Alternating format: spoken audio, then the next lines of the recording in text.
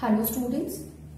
So in the previous class students we had discussed about the chapter that is fiber to fabric. We also studied that how the fibers get converted into fabric, how the fiber first of all get converted into yarns, and from the yarn it will get converted into the fabrics. Okay, we discussed that what is the history of the clothing, how the person they start wearing the clothes, how the human being have understood that that they can make the fabrics and able to stitch after the invention of that of the sewing needle. Now today we will start with the new chapter, and that is chapter 4, that is sorting material into groups. Okay. Sorting material into groups. Sorting, what is the meaning of the sorting, student? It means classifying the material into that of the groups. When we talk about the material, students, at first we will try to understand the term material, then we are able to understand that what is the meaning of sorting materials. Again I am telling you, sorting here, it means classifying the material into small groups according to their properties. Okay, we will discuss later about it, that is classifying. Okay, classifying material into groups. But we will try to understand the concept of the material, what is material, then we will understand that what is the use of the classification, why the classification is important, okay, on what basis we used to classify the objects, okay, all these things. First of all, we should know the meaning of the material. When we talk about the material, student, you see, anything which we can touch, which we can feel, or which we can see, all these things we use a term for it, that is object. Object is what? Any substance which we can see, which we can touch, that is known as object. Okay, so we can write it, anything which can be seen or touched. Okay, anything which can be seen or touched called object. Okay, which can be seen or which can be touched is known as object. If you see, in Hindi we call object as vastu or cheez, ye cheez, wo cheez. Okay, it's not the English one, cheez. Vastu. Okay, so vastu or cheez. Object is a vastu, okay, which can be seen, which can be touched. Okay, and the matter of which an object is made up of, that is known as a material. Okay, so we can say the matter by which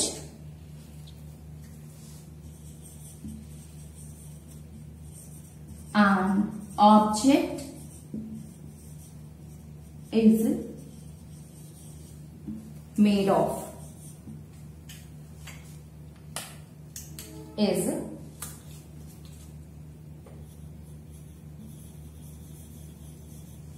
as material. So an object is there, student, and this object is made up of a matter, and that matter by which it is made up of is known as the material. In Hindi we call material as padarth. Okay, so material means padarth. Okay, so this vastu, you can understand in Hindi also that a vastu is made up of a padarth, a different kind of a padarth. Or we can say an object, it is made up of a different kind of a material. So the matter of an object, which is means the matter which is by which an object is made up of, we call it that as a material. Okay, an object, the thing which we can see, the thing which we can touch. Okay, so if we will say that this is a book, okay, and a book is what? It is an object. We can see it, we can touch it. What kind of a matter is there by which this material, by which this object is made of? So you see, we will say that it is solid, okay, or pages are there, so with the help of the paper this book is made up of. So we can say, okay, the material is the pages for the book. Okay, now again if you have taken a paper and you say that how this is what, so you will say it is an object because we can see, we can touch that of the paper. Now what kind of a matter is there by which it is made up of, students? So you see it is made up of a tree. Okay, so plants, the bamboo or different plants, they are responsible for the making of that particular object. So that is what, that is the material. Okay, so if this is what, this is a marker, and what is this? It is an object because we can feel it, we can touch it. But when somebody asks that what is the material or what is the material, what is the matter by which it is made up of, so we will say that it is basically made up of a plastic material. Okay, or if it is made up of a metal, right? So what is this, student? It is the material, it is the matter by which this object is made up of, is the material. Object which we can see it, which we can feel it, and the material which by which the object is made up of. Okay. Now next one is the classification of the object. Next one is the object which is present around us. So we have understood about the object, students. We have understood the concept of that of the material. Now there are a lot of object which is present around us. Okay.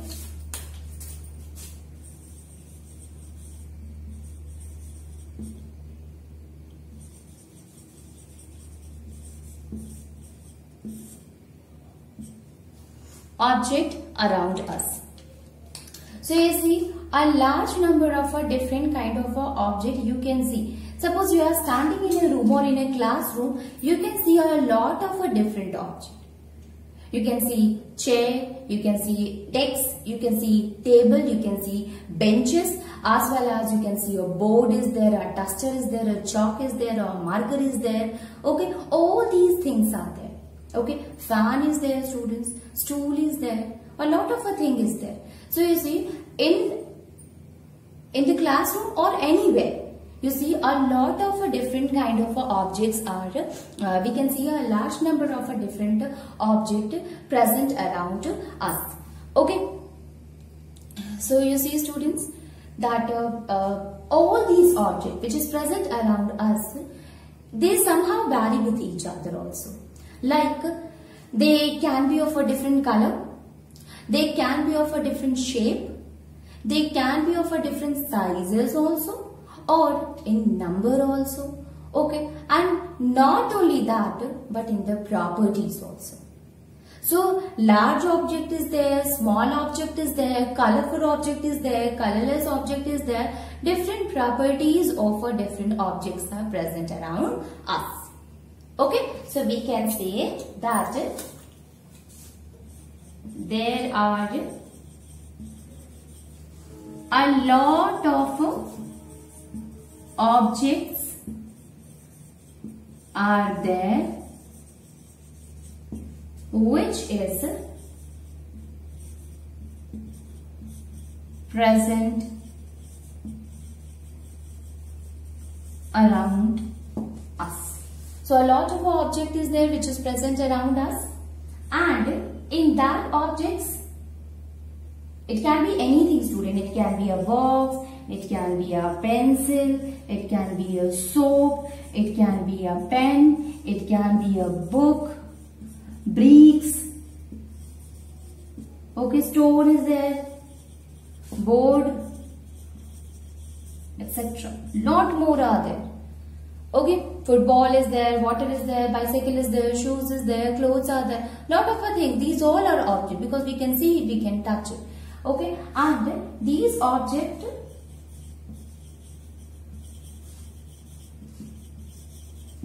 they vary with each other.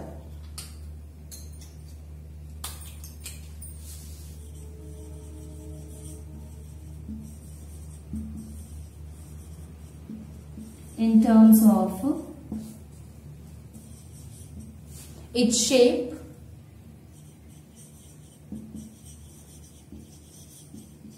in terms of its size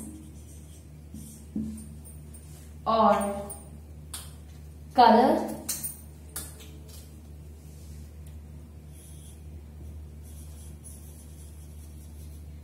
okay, shape, size, color, as well as it can be different from each other on the basis of their properties. Okay.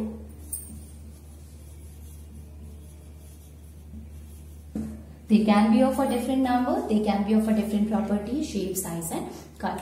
So to understand what we have to do, we have to classify the objects into the group. So lot of object, although it is there, but if we want to understand the properties, the different properties of that of the object, what we have to do, we have to classify them into group. Okay, so classification is important. So we can write it that in order to understand them, we have to classify them into groups.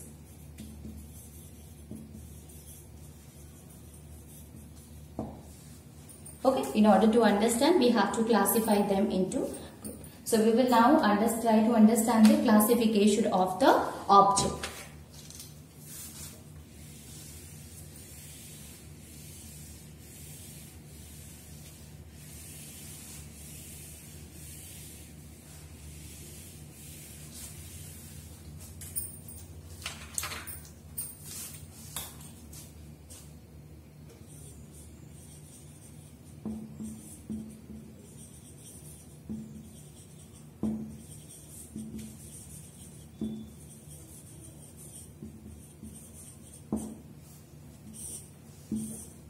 Classification of the object. You can understand is that classification, again I am telling you that we have to make different groups. On that basis we have to keep them. Now you see students, why the classification of the object is important, that is classification of the important students. You see, if suppose you go to a grocery shop or any of the provision store, then what you will see around yourself? You see a lot of different kind of objects are there, like soap is there, clothes are there, or shampoos are there, student toothbrushes are there, fruits are there, chocolates are there, okay, toys are there, trolley bags are there, tiffin are there, a lot of food item is there, students. Okay, so you can see the different kind of the objects are present around you.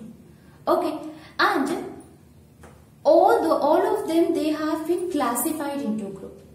It means if the place of the soap is at one place, the place of a shampoos is at one place, the place of the fruits is at one place, the place of the chocolate and the other food item like that of chips are there, so that is of one place. Vegetables are there, one place. Clothes, then the domestic things that we use, including the furnitures also you can see. So all these things in that kind of a mall or a store, you will see that they have been placed at a certain places in that particular store. And how it will be helpful, students? So you can see that if you want to go, if whatever the thing that you want to, you will go to that place and you can take it easily. Okay, you don't have to go through all the store and find it if it will be mixed like that. No, you are doing that. Okay, this is the section of the clothes, or this is the section of the shampoo, this is the section of the furnitures or the vegetables or the shoes. Then you can go that particular section and take out whatever you wanted. Okay, so what has happened, student? It makes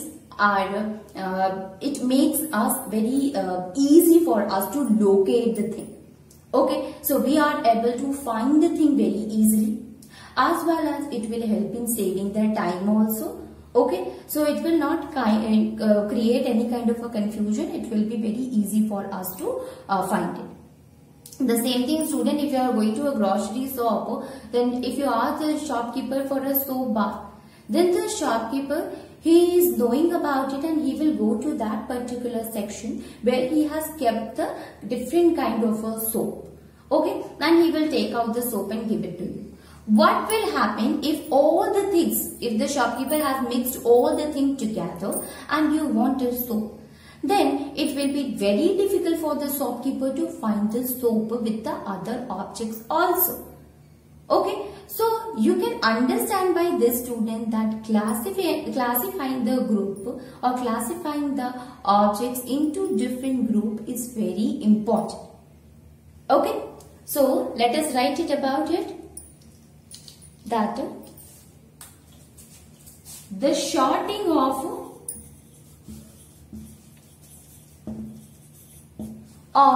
materials or object into group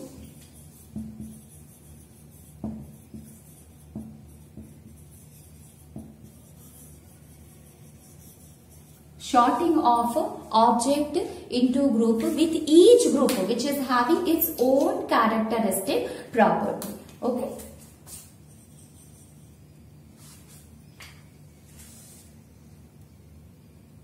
With each group having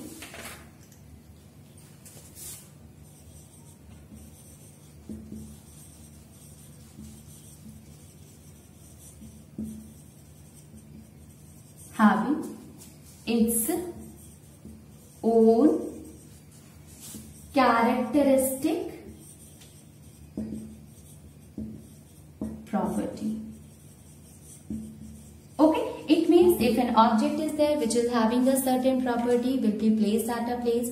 If a different object is there which is having the different property, will be placed at a different places. So we can say the object with the similar properties kept at a one place, and the object having different properties has been kept in a different groups. Okay, so objects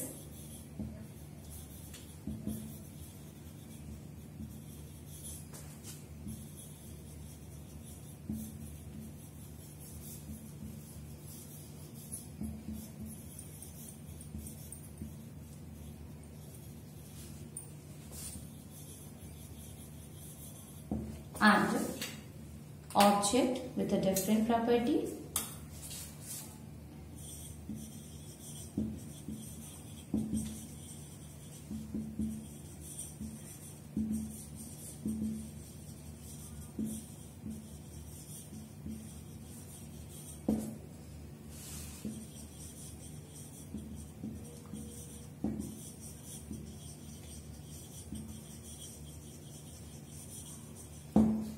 objects having different property will be kept in a different place. Now, we have understood that a classification is important. Now, try to understand that what is the reason why we should classify the object into different groups. What are the advantages? Okay.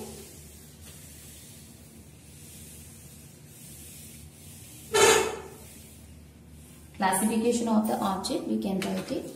Advantages.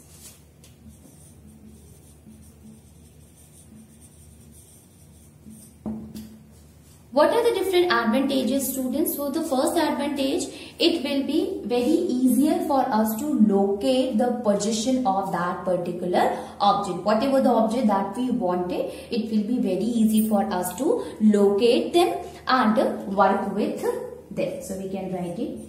It is very easier to locate that particular object and work with them. Okay, so it will be very easier for us to locate the particular object as well as to work with them. Next one, that it will also help us to understand them. Okay, so we can say that it will helps us in understanding them.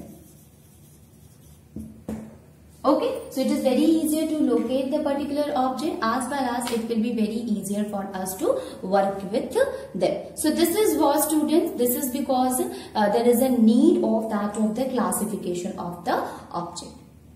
Now let us discuss that what is the basis of the classification, students. So you see, basis of the classification of the object.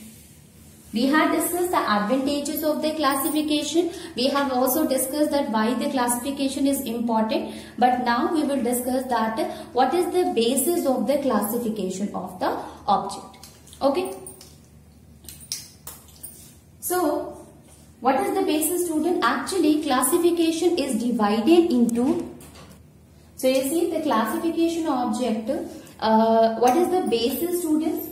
So if we talk about the basis of the classification of the object, so it has been classified on the basis of the similarity, on the basis of the dissimilarity of the object. Okay, so actually the basis of the classification is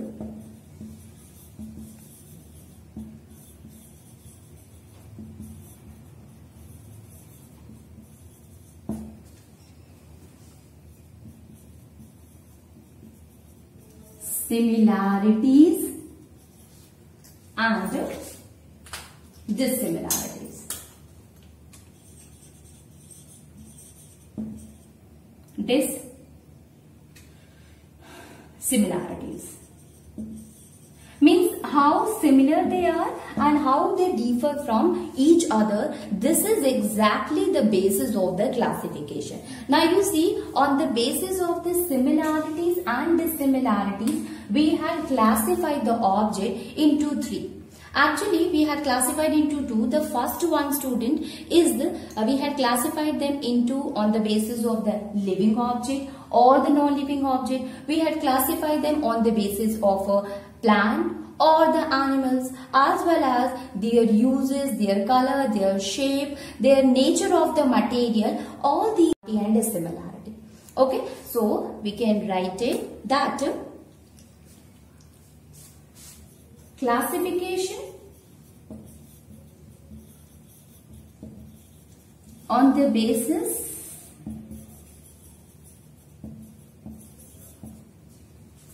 of similarities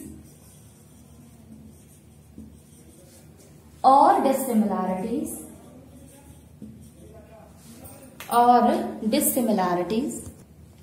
similarities and dissimilarities.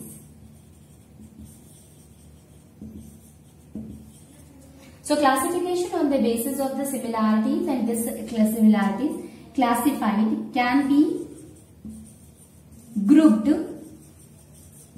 into living and non-living.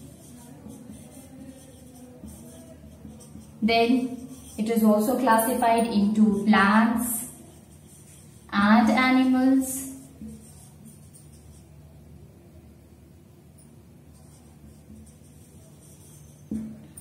Then uses also, students. So we can say on the basis of the uses or on the basis of the nature of the material okay, or the basis of the color, or on the basis of the shape, okay, on the basis of the texture, all these things. Okay, so on the basis of the similarity and dissimilarity, we had classified them into the different groups. Now, what is the main group, students? So let us discuss about it. That is that all the object basically it is classified into two main group, and that two main group is the living object and the non-living object. Okay.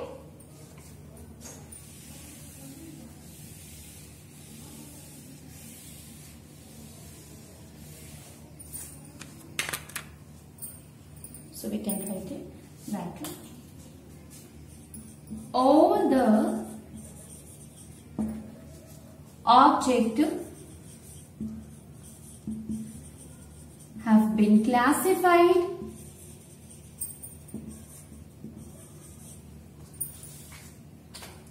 into two main groups.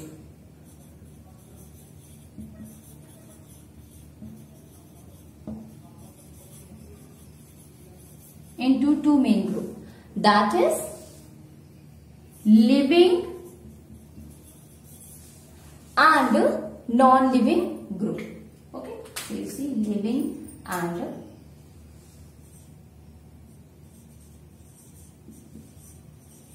non-living.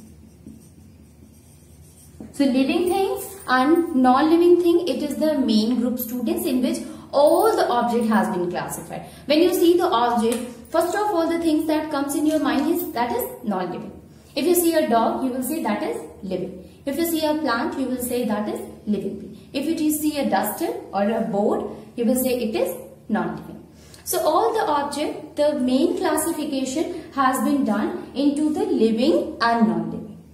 Now again the living and the non-living is further divided on the different types of similarities and dissimilarities. So if we talk about the living, students, so you see that living things again classify into further group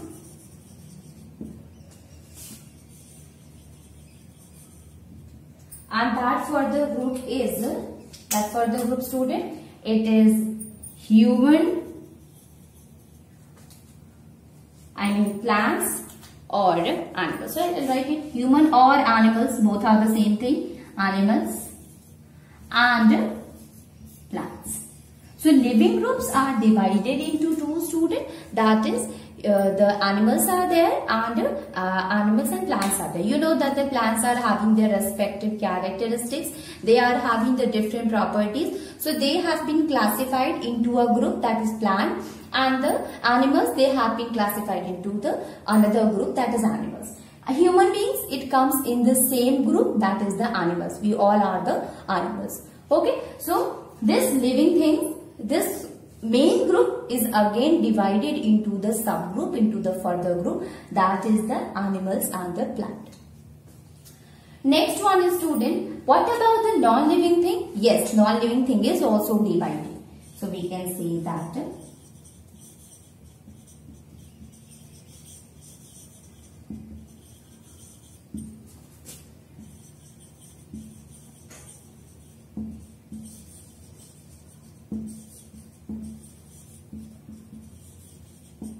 it is again classified on the basis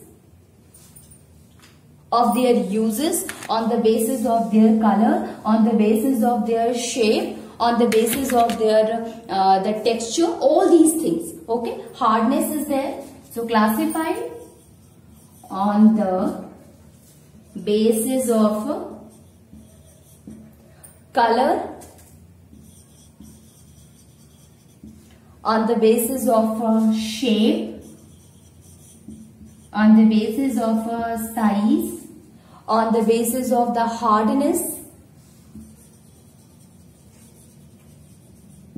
texture, etc. So you see students, this is the basis of the classification of the object.